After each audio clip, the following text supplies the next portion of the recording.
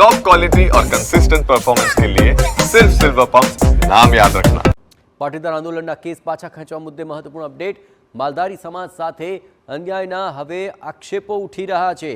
માલધારી સમાજના યુવા આગેવાનના સરકાર પર શાબ્દિક પ્રહાર સામે આવ્યા કે રાજદ્રોહ જેવા કેસ પરત ખેંચાય તો માલધારી સામેના કેમ નહીં। ગૌરક્ષકો સ્વબચાવ માટે ઘર્ષણમાં ઉતર્યા તો ગુના દાખલ થયા।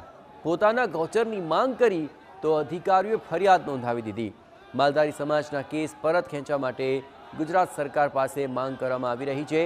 ગૌરક્ષક રાજુભાઈ ખેરપુરની હત્યા બાદ અહીંના નંદાસણમાં માલધારી સંમેલન યોજાયું હતું। પોલીસ સાથે ઘર્ષણ થતાં 100થી વધુ માલધારીઓ પર ફરિયાદ દાખલ થઈ છે।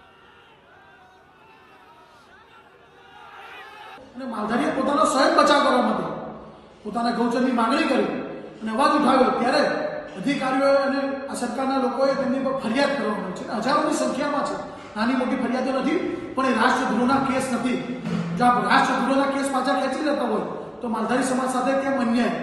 અને ક્યાંક ને ક્યાંક ગુજરાતની જનતાને પણ એવું લાગી રહ્યું છે, આમ સમાનતાની આપ વાત કરતા હોય માનનીય મુખ્યમંત્રી, તો શું આપ એક સમુદાયમાંથી આવો છો એટલે પાટીદાર યુવાનોના કેસ માફ કરી લેવામાં આવે કે એ યુવાનો ભાજપ સાથે જોડાયેલા છે એટલે એમના કેસ માફ કરી લેવામાં આવે? એ જવાબ ગુજરાતની જનતા આપની પાસે માગે છે।